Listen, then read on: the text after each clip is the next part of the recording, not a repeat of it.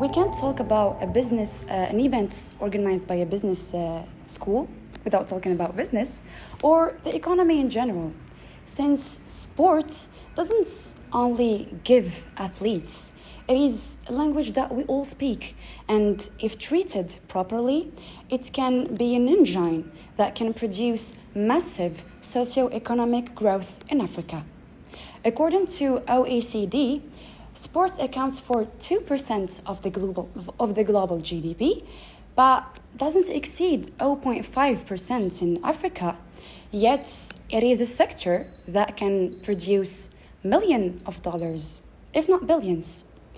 As we can see, for decades, Western countries have heavily invested in the sports industry since they realized earlier than us the amount of revenues that this sector can add to their economies. For Morocco, it is one of the most promising countries since it is the first country in Africa in investing in sports, and it has a predominantly young population, which means greater opportunities to develop sports and its professions. This leads us to an important point, which is sports as an employment-intensive activity or economic activity, since for Morocco, it has created thousands of jobs and can create even more if we take it in consideration, and it also can help us to solve the unemployment problem. To sum up, African governments need to create stronger policies in order to incubate the industry of sports.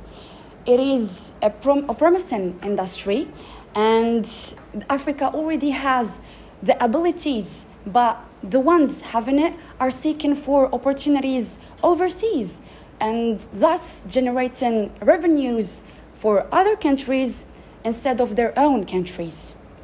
By providing Africans with local platforms, this will benefit local economies and encourage homegrown athletes, talents, and business opportunities, an objective that ISCAE seeks by organizing such events. We have a special partner, which is la FMPS, la Fédération Marocaine des Professionnels de Sport, which is a federation that gathers more than 400 enterprises interfering in the sport industry. And for a perfect answer, I'll call you to come and visit our conference, since we will have a special talker that will be Madame Zineb Bennouna, who is the vice president of this federation. But to give you an answer for the current moment, I can simply tell that we can study the example of Western countries. We can learn from their experience, since knowledge doesn't have a geographic limitation. Knowledge doesn't have a certain country or economy. So we might benefit from their experience with the contextualizing, of course, to the Moroccan or the African context in order to have or to find an answer that is perfect and that can meet our needs.